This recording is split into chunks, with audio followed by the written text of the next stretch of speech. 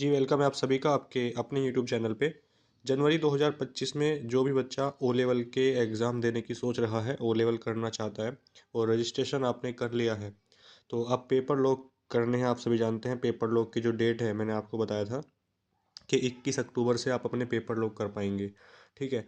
और paper lock जो है इसकी जो लास्ट डेट रहेगी वो रहेगी 11 नवंबर, यानी 11 नवंबर तक आपको अपने पेपर लॉक करने होंगे। जो बच्चा पेपर लॉक नहीं करेगा वो एग्ज़ाम नहीं दे पाएगा, ना ही थ्योरी के पेपर दे पाएगा, ना ही प्रैक्टिकल के पेपर दे पाएगा। तो ज़रूरी होता है पेपर लॉक करना। पेपर लॉक करने का मतलब होता है, जैसे 4 पेपर होते हैं ओ लेवल में, तो 4 में से आप कितने पेपर देना चाहते हैं उसकी फ़ीस पे करनी होती है, ठीक है। अगर आप ये पूछते हैं कि कितने फ़ीस जाती है एक पेपर की, तो एक पेपर की नेलेट को 1100 रुपये फ़ीस जाती है, ठीक है, एक पेपर की सिर्फ। और अगर आप एक साथ 2 पेपर लॉक करते हो तो फिर इस कंडीशन में आपको सिर्फ 2100 रुपये फ़ीस जाती है, ठीक है, सिर्फ 2100। और को बहुत सारे इंस्टीट्यूट ऐसे हैं जो बच्चों से ज़्यादा फ़ीस ले लेते हैं, तो सिर्फ आपको 2100 ही देनी है अगर आप 2 पेपर लॉक करवा रहे हो। और अगर आप 4 पेपर लॉक करवा रहे हो अपने, तो फिर आपको जो है 4200 रुपये देनी है, ठीक है। फिर आपको 4200 रुपये पे करने होंगे, चाहे आप डायरेक्ट कैंडिडेट हों या आप किसी भी इंस्टीट्यूट से ओ लेवल कर रहे हों, दोनों के लिए फ़ीस सेम ही होती है, कोई भी अंतर नहीं होता, ठीक है। तो कुछ क्वेश्चन है बच्चों के, पहले उस पर डिस्कस कर लेते हैं, उसके बाद आपको बताऊंगा मैं कि आप पेपर लॉक कैसे करेंगे, ठीक है। तो जनवरी 2025 के लिए आज से पेपर लॉक स्टार्ट हो रहे हैं। आप सभी को ये बता दें, पेपर लॉक करना ज़रूरी है क्या? तो इसका जवाब बिल्कुल हाँ, पेपर लॉक करना ज़रूरी है। अगर आप पेपर लॉक नहीं करोगे दोस्तों, तो आप एग्ज़ाम नहीं दे पाओगे, जनवरी 2025 में नहीं दे पाओगे। ऐसा नहीं है आप कभी भी नहीं दे पाओगे, ऐसा नहीं है। जनवरी 2025 के लिए है ना ये, तो जनवरी 2025 में नहीं दे पाओगे आप अगर आप पेपर लॉक नहीं करोगे। बाकी जुलाई 2025 में दे सकते हो, जनवरी 2026 में दे सकते हो। ओ लेवल का एक बार किया हुआ रजिस्ट्रेशन 5 साल तक वैलिड होता है, और 5 साल में आप कभी भी एग्ज़ाम दे सकते हैं, कभी भी प्रोजेक्ट सबमिट कर सकते हैं, कोई इशू नहीं है, कोई दिक्कत नहीं होगी, सर्टिफिकेट में कोई दिक्कत नहीं होगी, ठीक है। और आप पे कोई एक्स्ट्रा चार्ज भी नहीं लगेगा नेलेट के द्वारा। तो 5 साल के लिए ये वैलिड होता है, इसीलिए कि बच्चा अगर एग्ज़ाम नहीं देना चाहता या उसका कोई और एग्ज़ाम है या किसी और एग्ज़ाम की तैयारी कर रहा है, तो वो जो है फिर इसको छोड़ सकता है, इस ओ लेवल के एग्ज़ाम को, बाकी जो एग्ज़ाम दे रहा है उसकी तैयारी कर सकते हैं। पेपर लॉक की फ़ीस कितनी होती है मैंने आपको बता ही दिया है, एक पेपर की 1100, 2 पेपर की 2100, ठीक है। और अगर आप 3 पेपर लॉक करना चाहते हैं तो आपको 3100 रुपये देने होंगे, ठीक है।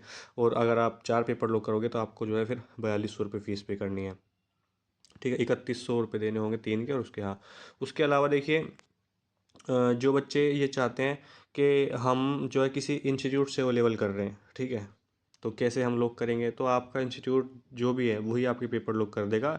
लेकिन अगर आपके पास आईडी पासवर्ड है तो आप खुद भी कर सकते हो, लोगों को दिखाऊंगा मैं। कितने पेपर लॉक करना सही होगा, ये बहुत ज़्यादा इंपॉर्टेंट सवाल है, कितने पेपर लॉक करना सही होगा। देखिए इसका फैसला आप ही को करना है, मैं आपको लेकिन कुछ सुझाव कुछ सलाह दे सकता हूँ जो आपके काम की बात है।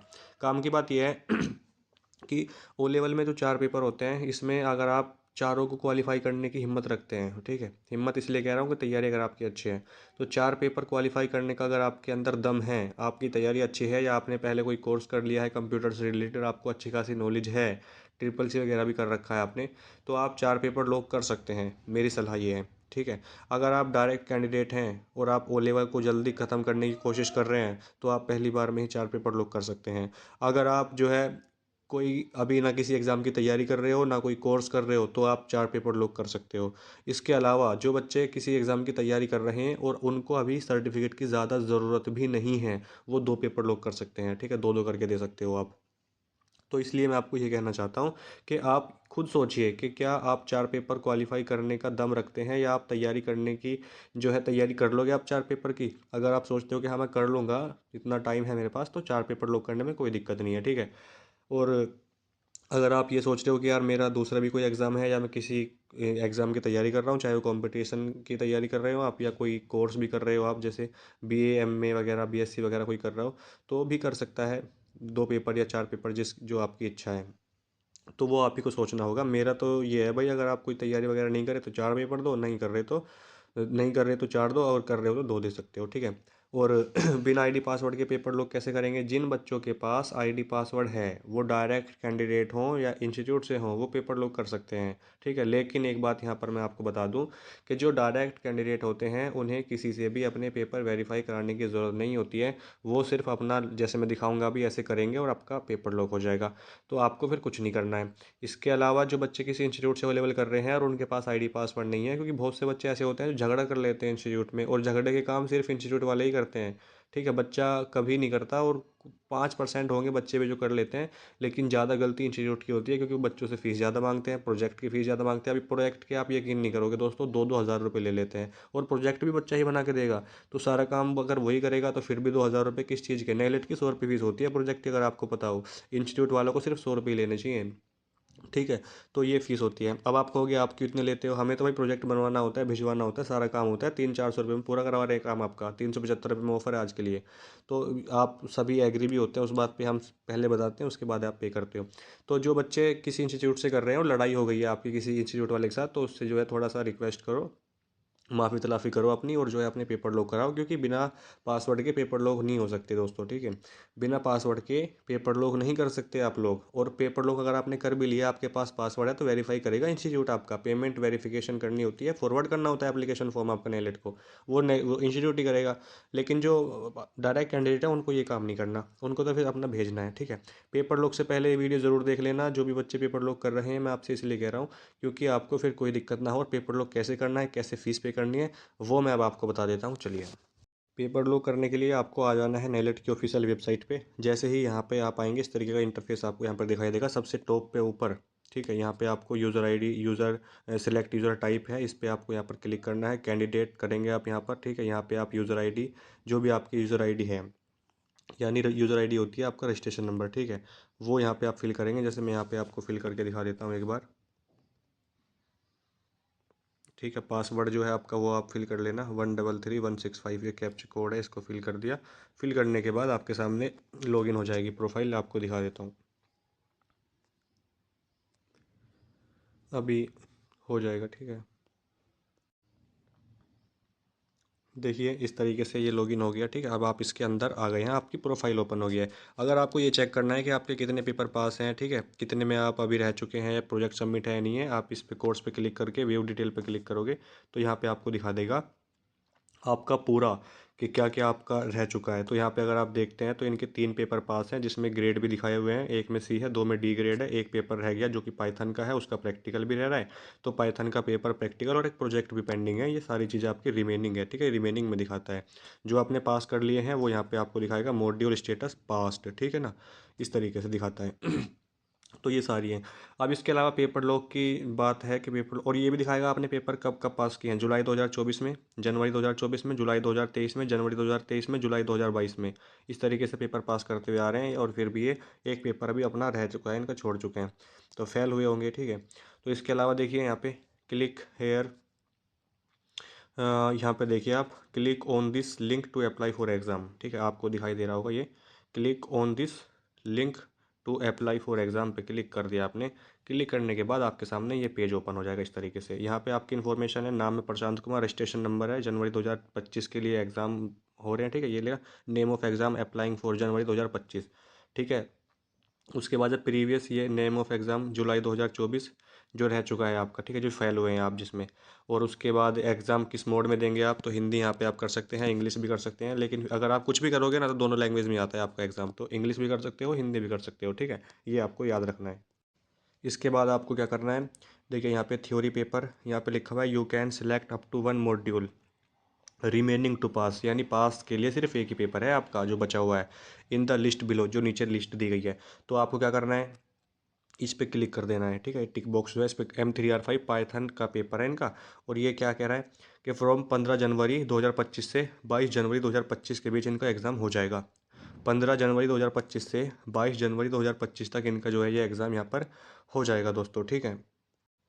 और यहाँ पे एक नई बात आपको मैं बता दूँ, जैसे ही आप अपना पेपर लॉक करोगे तो आपका प्रैक्टिकल यहाँ पर ऑटोमेटिक जो है टिक हो जाएगा, ठीक है। आपको इस पर टिक करने की ज़रूरत ही नहीं है, क्योंकि पेपर और प्रैक्टिकल दोनों एक ही सेशन में देने ज़रूरी होते हैं। ऐसा नहीं है कि आप जो है जनवरी 2025 में थ्योरी का एग्ज़ाम दे लो और प्रैक्टिकल आप दो बाद में, यानी जुलाई 2025 में। ऐसा नहीं हो सकता। पेपर और प्रैक्टिकल में से अगर एक भी छोड़ दिया, या तो आपने पेपर छोड़ दिया या आपने प्रैक्टिकल छोड़ दिया, तो फेल हो आप। फिर आप पास नहीं हो सकते, आपको दोबारा से पेपर देना होगा, दोबारा से फीस भी देनी होगी, ठीक है, नेलेट को। तो ये है। जैसे मैं इस पर अनटिक करता हूँ, देखिए यहाँ पे प्रैक्टिकल से भी देखिए टिक हट गया, दिख रहा है ना आपको। और जैसे ही इस पर आप क्लिक करोगे ना, तो आपका प्रैक्टिकल भी और थ्योरी दोनों यहाँ पर टिक हो जाते हैं। इसके अलावा यहाँ पे एग्ज़ाम सेंटर पूछ लेता है। अब एग्ज़ाम सेंटर की लोकेशन कहाँ भरें? आप अगर यूपी से हैं तो दिल्ली में दे सकते हो, बिल्कुल दे सकते हो। अगर आप दिल्ली से हो, यूपी में दे सकते हो, बिल्कुल दे सकते हो। एग्ज़ाम जहाँ चाहो वहाँ दे, चॉइस है आपकी। तो देखिए यहाँ पे exam centre, first exam centre यहाँ पे पूछ रहा है। तो जैसे यहाँ पे हम भरें, उत्तर प्रदेश भर लो इसमें, ठीक है। उत्तर प्रदेश फिल कर दिया जी, ये लो, ठीक है। सेकंड में, सेकंड एग्ज़ाम सेंटर, इसमें आप दिल्ली भर सकते हो। अब एक यहाँ पे आपको यूपी का दिखाएगा, इधर ज़िला दिखाएगा कौन से ज़िले में देना चाह रहे हो। तो जो भी आपको अच्छा लगे वो दे सकते हो आप। इसमें देखिए कौन कौन सी डिस्ट्रिक्ट आ रहे हैं, मैं आपको दिखा दूँ। बलिया है, आजमगढ़ है, अलीगढ़ है, अम्बेडकर नगर है, आगरा भी है, ठीक है। बलिया और बारामबाग की, बरेली, बस्ती, बिजनौर, और यहाँ पर है ये चित्तौड़गढ़, चित्रकूट है, और एटा, इटावा, फैजाबाद, फिरोजाबाद, गाजीपुर, मेरठ वगैरह में भर सकते हो अगर आपको प्रैक्टिकल पैसे वगैरह दे के पास करवाना है तो, ठीक है। तो ये डिस्ट्रिक्ट आ रहे हैं इसमें, भाई आप जो है मेरठ भर लो, ठीक है। मेरठ हो गया। अब एक यहाँ पे ये दिल्ली का दिखाएगा, यहाँ पे एक एग्ज़ाम, और सॉरी, यहाँ पे सिलेक्ट करना पड़ेगा दोबारा से दिल्ली, और यहाँ पे देखिए अब आएगा दिल्ली, न्यू दिल्ली, सिर्फ में एक ही आएगा।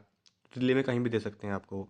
तो ये हो गया आपका एग्ज़ाम सेंटर जो सिलेक्ट कर लिया आपने, एक यूपी का, एक दिल्ली का, ठीक है। दोनों में एक ही स्टेट के कर सकते हो क्या? ऐसा नहीं हो सकता मेरे हिसाब से, करके देख लेना, होगा नहीं। तो यहाँ पे फ़ीस देखो अब।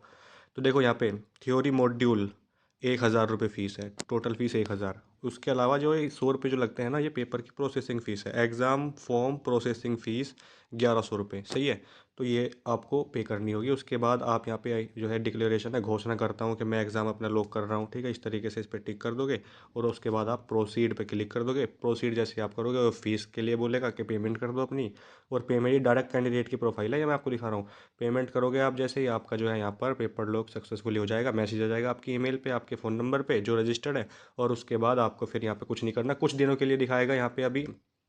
एक के एप्लीकेशन फॉर्म, पेमेंट हो जाएगी आपकी, एप्लीकेशन फॉर्म और नोट रिसीव्ड दिखाएगा, ठीक है। ऐसे करके दिखा लेता है कभी कभी, कि बच्चे परेशान हो जाते हैं कि हमारी एप्लीकेशन रिसीव्ड ही नहीं हुई नेलेट को, तो हो जाती है वो बाद में, कुछ दिनों के बाद अपडेट वहाँ पर वो हो जाता है। ऐसे करके आता है कि application received but not verified, इस, ठीक है, इस तरीके का कुछ आपके पास प्रोफाइल में शो होता है जब आप लॉगिन करते हो। Application received but not verified by नेलेट, इस तरीके से। तो ये पेपर लॉक का पूरा प्रोसेस है जो मैंने आपको बता दिया है। उम्मीद करता हूँ आपको समझ में आया होगा। और यहाँ पे आप देखिए डायरेक्ट कैंडिडेट है, ठीक है, ये डायरेक्ट कैंडिडेट है। तो इसके ये प्रोसेस है। आप इंस्टीट्यूट से हो तो आपके पेपर लॉक आपके इंस्टीट्यूट करेगा, कोई दिक्कत नहीं है, घबराने की कोई ज़रूरत नहीं है। आराम से आप फीस दो उनको जितनी मैंने बताई है, और तो पेपर लॉक आपके कर देंगे। अगर वो कोई दिक्कत करते हैं पेपर में तो शिकायत कर सकते हो आप, नियर बाय जो भी आपका पुलिस स्टेशन है उसमें कर सकते हो। जब आपकी कोई बात नहीं मान रहा, फीस ज़्यादा मांग रहे हो, मांगने का अधिकार नहीं है ये, ठीक है। इंस्टीट्यूट को अपनी फ़ीस ले सकता है कोचिंग की जितनी वो चाहे, लेकिन एग्ज़ाम फ़ीस जो नेलेट की है वो उतनी ही लेनी पड़ेगी जितनी है। तो इसके अलावा आपको कुछ भी, अगर आपको दिक्कत आ रही है पेपर लॉक करने में, आपको कोई भी डाउट है, समझ में बात नहीं आई है, मेरे कमेंट बॉक्स में वीडियो के आप उसको लिख सकते हो, उसका रिप्लाई आपको वहाँ पर मिल जाएगा। वीडियो को लाइक कर दो, शेयर कर दो अपने दोस्तों के साथ। चैनल को थोड़ा सा सपोर्ट भी करोगे तो आपको थोड़ा सा जो है फिर फ़ायदा ही होगा, हमें भी फ़ायदा होगा, आपको भी फ़ायदा होगा। तो इसलिए जो है भाई थोड़ा सपोर्ट करो, ठीक है। मिलते हैं नेक्स्ट वीडियो में, तब तक के लिए जय हिंद, जय भारत।